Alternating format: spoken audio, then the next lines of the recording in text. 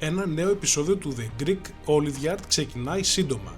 Μείνετε κοντά μας για να δείτε πώς παράγονται δέντρα ελιάς με όλες τις σύγχρονες παραγωγικές διαδικασίες στα πρότυπα φυτόρια της εταιρείας Αγροπονία ΑΕ στις Σέρρες.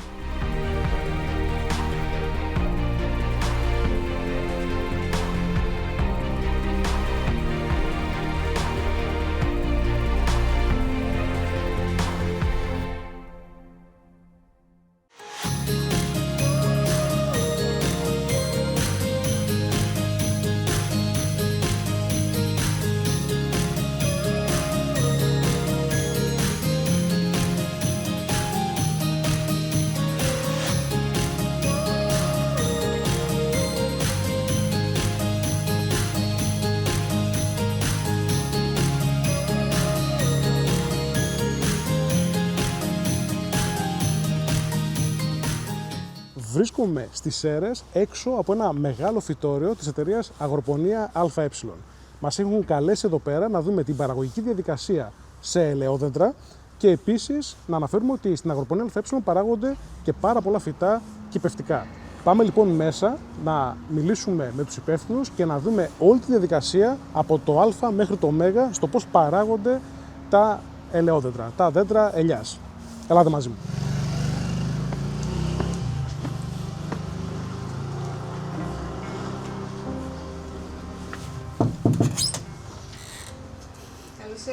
Γεια σας. Γεια σας. Θα κατευθυνθούμε προς τα θερμοκήπια για να συναντήσουμε τον πρόεδρο και διευθύνων σύμβουλο της εταιρείας που θα αναλάβει την ξενάγησή μας στους χώρους του φυτορίου. Εδώ έχουμε γλάστρες, καλλιεργούμε γλάστρες που είναι φυτεμένες, διάφορες ποικιλίες ελαιές πιστοποιημένες. Ωραία. Εδώ οριστικά έχουμε τα πιστοποιημένα Φυτά που κόβουμε από το μάνι σας, ας πούμε. Ωραία. Η διαδικασία αυτή είναι ουσιαστικά η αρχή της διαδικασίας. Η αρχή της διαδικασίας. Πολύ ωραία. Ξέρουμε εδώ πέρα πόσα φυτά έχουμε, πόσα διαφορετικά είδη. Έχουμε γύρω στις 1.300 γλάστρες και έχουμε γύρω στα 12 με 15 διάφορες ποικιλίες. Κάθε γλάστρα εδώ είναι αριθμημένη, όπως τη βλέπετε. Ουσιαστικά υπάρχει ένα πρωτόκολλο το οποίο ξέρουμε ποιες ποικιλίες είναι σε ποιες γλάστρες, σε ποιο νούμερο αντιστοιχεί που βλέπετε τώρα στην εικόνα σας. Ναι. Και ουσιαστικά από εκεί επιλέγουμε για να πάρουμε το υλικό που θα χρειαστούμε για τον πολλαπλασιασμό.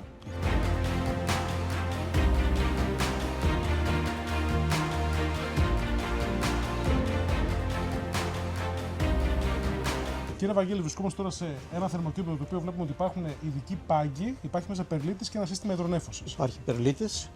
Φυτεύουμε τα κλαδιά αυτά αφού τα περάσουμε ορμόνια. Θερμαίνουμε τον πάγκο και από πάνω έχουμε σύστημα υδρονέφωσης που ψεκάζει όποτε δώσει εντολή ο αισθητήρας. Ο αισθητήρας αντιλαμβάνει καθαρό νερό. Όπως βλέπετε τώρα στην εικόνα, δημιουργεί ουσιαστικά μία υγρασία για να έχουμε ένα ευχάριστο περιβάλλον να αναπτυχθεί για το νερό μας δεντράκι. Έχουμε δύο συστήματα προπλασιασμού. Ένας είναι αυτός εδώ, όπως βλέπετε, που γυμνά κλαδιά τα φυτεύουμε στον περλίτη, και ένας είναι αυτός που είναι καλύτερος, που έχουμε τα λεγόμενα τσιβάκια. Σε αυτά εδώ τα φυτεύουμε και δέστε πώς έγινε. Το οποίο αυτό τι είναι ουσιαστικά, είναι έδαφος? Τύρφη είναι, ίσως με κάποια μείγματα μέσα άλλα. Για να έχουμε καλύτερη ριζοβολία. Για να έχουμε πολύ καλύτερη ριζοβολία. Και με τους δύο τρόπους ουσιαστικά παράγονται εδώ πέρα. Ακριβώς, και με τους δύο τρόπους.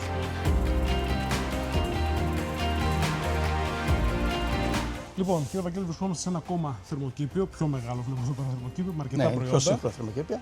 Λοιπόν, έχουμε πίσω μας δέντρα ανεπτυγμένα ελιά, τα οποία αυτό εδώ πέρα είναι για διάθεση. Είναι δέντρα και μάλιστα ποικιλίας μεγάρων, τα οποία είναι κλειστά, είναι έτοιμα να έρθει ο καιρός για να φύγουν στο χωράφι. Πολύ ωραία. Είναι ένα τελικό προϊόν δηλαδή. Τελικό προϊόν, ακριβώς. Αυτό είναι ένα τελικό προϊόν. Αυτά περίπου τι ηλικία έχουν τώρα?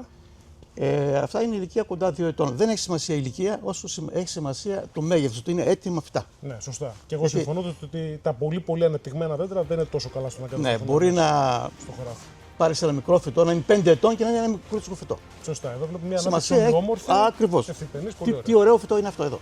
Όσο μας έχουμε κάποια δέντρα, είναι ποικιλία χαλκιδικής, αν δεν κάνω λάθος. Αυτά είναι ποικιλία χαλκιδικής, εμβολιασμένα σε κάποια υποκείμενα που εμείς τα επιλέξαμε για να πειραματιστούμε στο θέμα της ανθεκτικότητας του βερτιτσίλιου. Είναι μια σοβαρή ασθένεια. Η χαλκιδικής είναι μια ευαίσθητη ποικιλία στο βερτιτσίλιο, γι' αυτό και κάναμε πειράματα. Δοκιμάζουμε. Γίνεται καταγραφή κάποιων δεδομένων για να δούμε ποια από αυτά τα υποκείμενα θα περπατήσουμε αύριο μεθαύριο.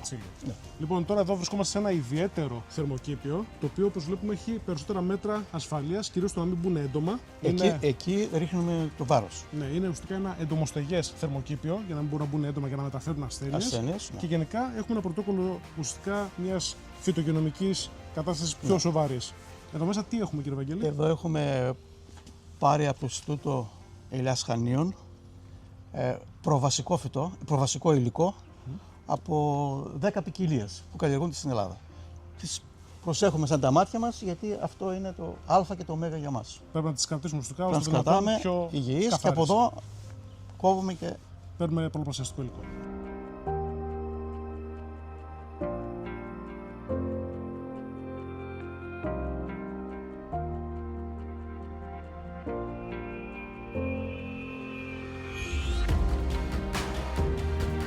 Λοιπόν, κάτι που μου κέντρισε το ενδιαφέρον ιδιαίτερα, εδώ κύριε Βαγγέλη, είναι το πείραμα που κάνετε για την αλατότητα. Έχουμε μιλήσει στο κανάλι για την αλατότητα και τις επιπτώσεις που έχει, κυρίως στο αμπέλι, αλλά θα μιλήσουμε και για όλες τις καλλιέργειες σιγά σιγά και για την ελιά. Οπότε εδώ πέρα έχουν ένα πάρα πολύ ενδιαφέρον πείραμα, το οποίο θέλω να μας πει μερικά λόγια ο κύριος Βαγγέλης, τι ετοιμάζουν εδώ πέρα και τι προσπαθούν να βρούνε. Εδώ με την καθοδήγηση του κύριου Σκαλτσογιάννη, καθηγητής στη Θεσσαλονική Σχολή, δοκιμάζουμε 5 ελληνικές ποικιλίες πόσο αντέχουν σε διάφορες συγκεντρώσεις άλατος. Υπάρχουν διαλύματα σε δεξαμενές με ναι, 15%, με 12,5%, πάμε στο 25% και στο 50%. Στην αλατότητα, πόσο δηλαδή ουσιαστικά περιεκτικότητα σε άλατα έχει το νερό. Ακριβώς. Καταλαβαίνετε ότι με την κλιματική αλλαγή οι γεωτρήσεις μας έχουν αυξηθεί πάρα πολύ. Γι' αυτό και κάνουμε το πείραμα. Οπότε γίνεται ένα πείραμα για να δούμε πόσο μπορούμε να αντέξουμε σε εφάλμυρα νερά και σε εδάφη, κατ' επέκταση, με διάφορες ποικιλίες.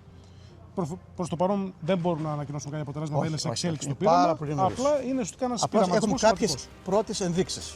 Σωστά, πολύ ωραία. Πάρα πολύ ωραία. Θα ξεκινήσουμε και θα δείξουμε πρώτα εδώ βρισκόμαστε στο 12,5%. Τα δύο πρώτα παρτέρια είναι στο 12,5%. Το 12,5% αλλά τότε, όπως βλέπετε, έχουμε μια ανάπτυξη η οποία δεν είναι προβληματική. Αρκετά καλή. Αρκετά καλή. Ωραία. Προχωράμε μετά στο 25. Πάμε στο 25. Δύο παρτέρια με 25. Πιο καχεκτική ανάπτυξη και κάποια βλέπουμε ότι άρχισαν. Ναι, θα έλεγα προβληματικά φυτά. Να παραδίδονται.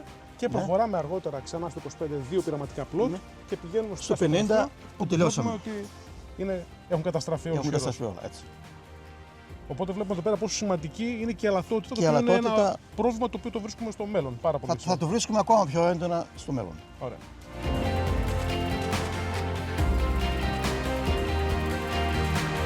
Λοιπόν, έχουμε έρθει τώρα σε ένα άλλο θερμοκήπιο με τον κύριο Βαγγέλη. Τι κάνουμε τώρα, κύριε Βαγγέλη? Εδώ τα παιδιά ετοιμάζουν, συσκευάζουν φυτά τα οποία είναι έτοιμα για αποστολή σε πελάτη. Ωραία. Άρα, εδώ γίνεται η προετοιμασία της τελικής παραγγελίας για να φύγει στον πελάτη. Προετοιμάζουν την παραγγελία για να φύγει.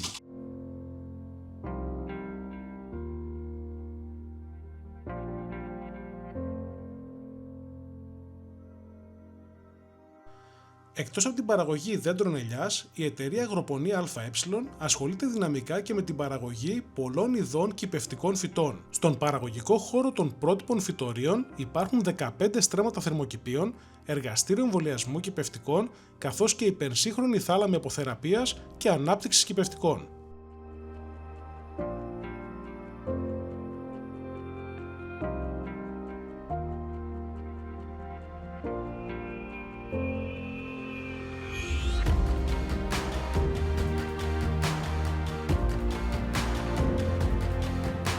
Πάμε λοιπόν να δούμε τις διάφορες παραγωγικές διαδικασίες και στα κυπευτικά φυτά.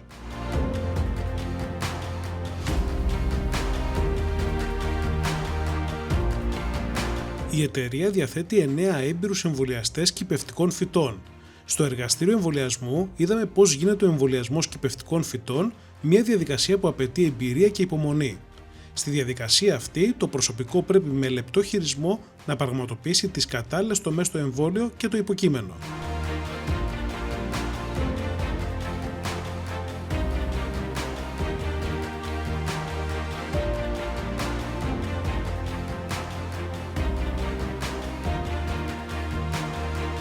Μετά την ένωσή τους, το εμβολιασμένο φυτό τοποθετείται σε ειδικές θήκες, ποτίζεται και οδηγείται σε κατάλληλους χώρους για να αναπτυχθεί.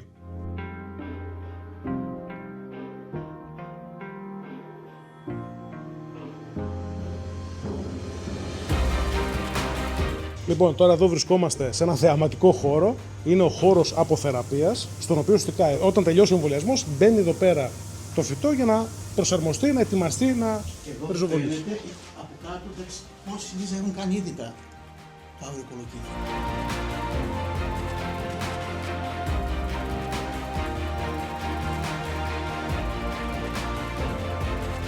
Για όσους τους δημιουργεί εντύπωση αυτό το φως δεν είναι για εφέ, ουσιαστικά αυτό το φως είναι ένα τεχνητό φως το οποίο ουσιαστικά αντικαθιστά το φως του ηλίου.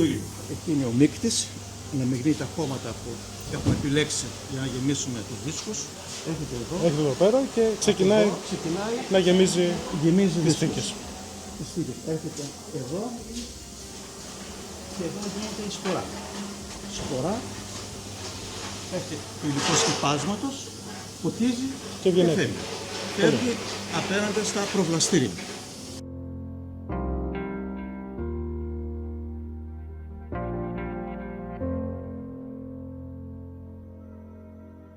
Λοιπόν, τελειώσαμε τη βόλτα μας, κύριε Βαγγέλη, μέσα στα φυτόρια, τα οποία ήταν εντυπωσιακά έτσι όπως τα είδαμε. Είδαμε κυρίως το φυτόριο της ελιάς, αλλά είδαμε λίγο και τα κυπευτικά, τις όλες διαδικασίες παραγωγής. Και τώρα βρισκόμαστε λίγο εδώ στα γραφεία της διοίκησης της αγροπονίας ΑΕ, να πούμε μερικά πράγματα λίγο για την εταιρεία.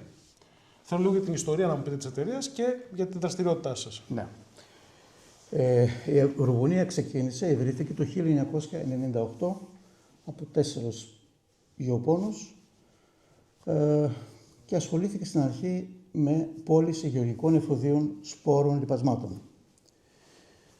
Στη συνέχεια ατόνισαν αυτά τα είδη και είδαμε ότι μπορούμε να κάνουμε άλλα πράγματα που θα είναι μόνο από εμάς, όπως είναι τα φυτόρια ελιάς και τα φυτόρια κυπευτικών.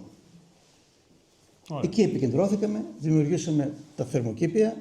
Σκεφτόμαστε τώρα, κάναμε αίτηση για να κάνουμε επέκταση των θερμοκηπίων και βελτίωση των εγκαταστάσεων και ευελπιστούμε ότι θα περάσει το πρόγραμμα αυτό για να βελτιώσουμε. Άρα, μιλάμε για μια επιχείρηση που είναι αναπτυσσόμενη, αναπτύσσεται συνεχώς.